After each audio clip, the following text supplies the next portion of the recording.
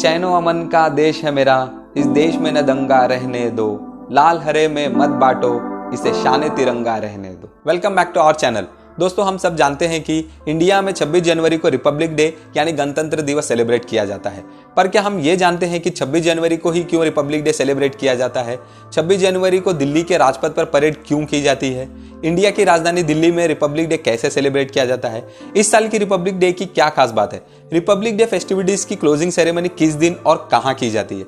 26 जनवरी की हिस्ट्री में और क्या खास बात है? इस वीडियो में हम इन्हीं सब सवालों के जवाब बताएंगे और इस वीडियो के एंड में हम देखेंगे इंडिया के 5 फैक्ट्स जिस पर हमें प्राउड होना चाहिए।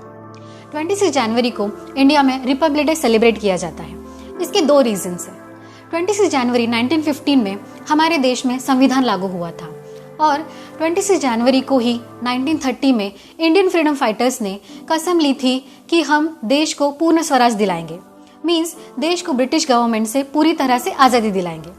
एक्चुअली हमारा देश 15 अगस्त 1947 को आज़ाद हो गया था, पर as a independent country India के पास खुद का कोई संविधान नहीं था, यानी कोई कॉन्स्टिट्यूशन नहीं था।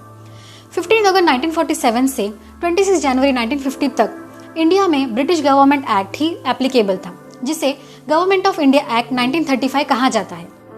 आज़ादी मिलने के बाद इंडिया का कॉन्स्टिट्यूशन लिखने की जिम्मेदारी एक कमेटी को दी गई, जिसके chairman Bharat Ratna doctor BR Ambedkar ji थे। इंडिया एक बड़ा देश है जहाँ पे डिफरेंट कल्चर्स, डाइवर्सिटीज है। इन सब को कंसिडर करके कॉन्स्टिट्यूशन को कंप्लीट करने में और असेंबली से अप्रूवल लेने में 2 साल 11 महीने और 18 दिन लगे। 24 जनवरी 1950 को 308 असेंबली मेंबर्स ने 200 कॉपीज हिंदी और इंग्लिश पर साइन किया। बट 24 जनवरी को कॉन्स्टिट्यूट साइन होने के बाद भी 25 जनवरी को छोड़ के 26 जनवरी को कॉन्स्टिट्यूट लागू किया गया, क्योंकि 26 जनवरी 1930 को हमारे फ्रीडम फाइटर्स ने जो पूर्ण स्वराज की कसम ली थी और उसे अपनी जान दे के पूरा किए। इस दिन की इंपॉर्टेंस को हिस्ट्री में याद रखने के लिए 26 जनवरी को इंडिया में ऑफिशियली कॉन्स्टिट्यूट लागू किया गया और इसी दिन से हमारे शहीदों के सैक्रिफाइस को याद रखने के लिए हर साल 26 जनवरी को रिपब्लिक डे सेलिब्रेट किया जाता है। हमारे देश को आज़ादी दिलाने में जिन लोगों ने अपनी जान गंवाई और आज़ादी मिलने के बाद भी जो लोग हमारी सुरक्षा के लिए शहीद हुए, उन्हें ट्रिब्यूट देने के लिए हर साल 26 जनवरी को दिल्ली राजपथ पर परेड की जाती है। सबसे पहले हमारे प्राइम मिनिस्टर अमर जवान ज्योत इंडिया गेट पर अमर शहीदों को श्रद्धांजलि देते हैं। यहाँ प्राइम मिनिस्टर के वेलकम के लिए हमारे देश के डिफेंस मिनिस्टर और सभी आर्मी रेजिमेंट के हेड्स प्रेजेंट होते हैं। श्रद्धांजलि देने के बाद प्राइम मिनिस्टर जनपद की ओर बढ़ते हैं। प्राइम मिनिस्टर को जनपद पर उपराष्ट्रपति, वाइस प्रेसिडेंट, राष्ट्रपति, प्रेसिडेंट और चीफ गेस्ट का वेलकम करना होता है। राष्ट्रपति भवन से अपने बॉडीगार्ड्स के साथ राजपथ की ओर निकलते हैं। राष्ट्रपति के बॉडीगार्ड्स भारतीय सेना का एक घुड़सवार रेजिमेंट है जो किसी भी सेरेमनी के टाइम घुड़सवार रेजिमेंट के फॉर्म में होते हैं और युद्ध के टाइम ये BTR 80 व्हीकल्स के फॉर्म में इक्विप्ड होते हैं। इस रेजिमेंट में सैनिक सिर्फ हिंदू जाट, सिख जाट और राजपूत इन समुदायों से ही भर्ती किए जाते हैं। राष्ट्रपति अपने बॉडीगार्ड्स के बीच चीफ गेस्ट के साथ राजपथ पर पहुंचते हैं, जहां राष्ट्रपति का पंडित नरेंद्र शर्मा जी ने लिखे स्वागतम गीत के साथ वेलकम किया जाता है। राष्ट्रपति राजपथ पर फ्लैग होस्ट करते हैं। फिर उसके बाद नेशनल एंथम होता है। फ्रेंड्स, यहाँ एक और इंटरेस्टिंग बात होती है जो हम आपको बताना चाहेंगे। हमारा नेशनल एंथम अराउंड 52 सेकेंड्स का है and during the national anthem 21 तोपों की सलामी दी जाती है। इन 21 तोपों की सलामी इस तरह से दी जाती है कि 7 तोपों को एक के बाद एक अराउंड 2.25 से 2.50 सेकेंड्स के बीच में 3 बार दागा जाता है। मींस 52 सेकेंड्स के नेशनल एंथम की टाइम ही 21 तोपों की सलामी दी जाती है। अभी आप समझ सकते हो कि क्यों राजपथ की परेड पूरे इंडिया के रिपब्लिक डे का मेन अट्रैक्शन होती है। फ्लैग होस्टिंग के बाद शहीद जवानों को अशोक चक्र, वीर चक्र, परमवीर चक्र एक्सेट्रा से नवाजा जाता है। इसके बाद डिफेंस मिनिस्ट्री परेड की शुरुआत करती है। इस साल फ्लाई पास्ट 2 फेज में डिवाइड किया जाएगा। फर्स्ट फेज परेड की फर्स्ट हाफ मींस ओपनिंग में की जाएगी और सेकेंड फेज परेड के एंड में होगा।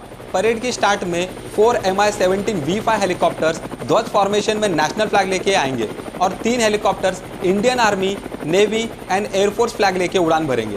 First time ever on Republic day Rafale को इस परेड में 3 डिफरेंट फॉर्मेशन में देखा जा सकता है। विनाश फॉर्मेशन जिसमें 5 रफाल जेट्स होंगे, बास फॉर्मेशन जिसमें एक रफाल जेट होगा जो 2 Jaguar SU-30S and 2 MiG-29 KS से घिरा होगा। सिंगल रफाल से एक वर्टिकल चाली परफॉर्म किया जाएगा। परेड की क्लोजिंग 13 फॉर्मेशन के साथ होगी जिसे डिफरेंट एयरक्राफ्ट रिप्रेजेंट करेंगे। हर साल अराउंड सितंबर मंथ में डिफेंस मिनिस्ट्री सभी states, union territories, central government departments और कुछ कॉन्स्टिट्यूशनल अथॉरिटीज को थ्रू झांकी परेड में पार्टिसिपेट करने के लिए इनवाइट करती है। सिलेक्शन प्रोसीजर में जो सिलेक्ट होता है उन्हें ही राजपथ पर झांकी प्रदर्शन करने का मौका मिलता है। हर साल एक थीम डिसाइड की जाती है, उसी थीम पे सभी को झांकियां प्रिपेयर करनी होती है। इसमें कुछ गाइडलाइंस होती है, जैसे कि झांकियों के लिए 2 से ज्यादा व्हीकल यूज नहीं कर सकते, दोनों व्हीकल के बीच में 6 फीट का डिस्टेंस होना चाहिए, झांकियों में यूज होने वाले मटेरियल इको फ्रेंडली होने चाहिए, झांकी में ज्यादा कुछ लिखा नहीं होना चाहिए एक्सेप्ट थीम और स्टेट नेम, वो भी आगे हिंदी में, पीछे इंग्लिश में और साइड में रीजनल लैंग्वेज में लिख सकते हैं। अगर डांस या म्यूजिक परफॉर्मेंस हो तो वो कल्चरल या फोक डांस या म्यूजिक होना चाहिए। सबमिशन के टाइम डांस का, म्यूजिक का जो भी प्रिपेयर कर रहे हैं उसकी एक वीडियो क्लिप भी सबमिट करनी पड़ती है। इस परेड में एनसीसी कैडेट्स को भी पार्टिसिपेट करने का मौका मिलता है, जिनका सिलेक्शन प्रोसीजर सितंबर मंथ से ही स्टार्ट हो जाता है। लेवल 1, 2 एंड 3 इस फॉर्मेट में फाइनल एनसीसी कैडेट्स सिलेक्ट किए जाते हैं। हर साल 29 जनवरी को दिल्ली के विजय चौक में रिपब्लिक डे फेस्टिविटीज की क्लोजिंग सेरेमनी ऑर्गेनाइज की जाती है, जिसे द बीटिंग रिट्रीट सेरेमनी कहा जाता है। डॉक्टर राजेंद्र प्रसाद 26 जनवरी 1950 को हमारे देश के फर्स्ट प्रेसिडेंट बने। 26 जनवरी 1950 से पहले इंडियन एयरफोर्स एक कंट्रोल बॉडी हुआ करती थी, उसका नाम रॉयल इंडियन एयरफोर्स था। 26 जनवरी 1950 को रॉयल वर्ड को नाम से ड्रॉप कर दिया गया और इंडियन एयरफोर्स को एक इंडिपेंडेंट बॉडी डिक्लेयर कर दिया गया। इन 26 जनवरी 1950, a representation of the lion capital of Ashoka placed above the motto Satyameva Jayate was adopted as the national emblem of India. Indian passport, Indian currency और Indian government officers के letter head पे ये राष्ट्रीय चिन्ह हमें दिखाई देता है। आइए अब देखते हैं इंडिया के 5 फैक्ट्स के बारे में जिस पर हम सबको प्राउड फील होना चाहिए। फर्स्ट, स्विस गवर्नमेंट ने missile man and Indian former president late APJ Abdul Kalam ji को उनके vast expertise in science and technology के लिए उनके सम्मान में अपना साइंस डे डेडिकेट किया है। 26 मई 2006 को कलाम सर स्विट्जरलैंड विजिट किए थे, इसलिए इस दिन को स्विट्जरलैंड ने उनका साइंस डे डिक्लेयर किया है and we should feel proud of this.